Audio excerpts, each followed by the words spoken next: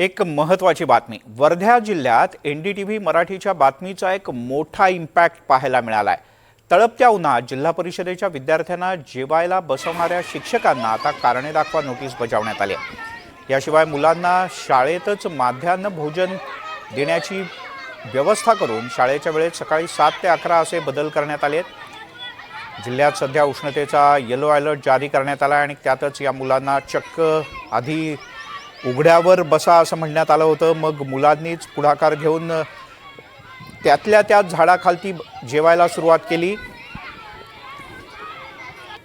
पण याही उन्हात विद्यार्थ्यांची हालत अत्यंत वाईट होती। ही बातमी दाखवल्यानंतर प्रशासनाने याची दखल घेतली। एनडीटीव्ही मराठीच्या बातमीची दखल घेत आता त्यांना शाळेच्या आतमध्येच जेवायला दिलं जाणार आहे।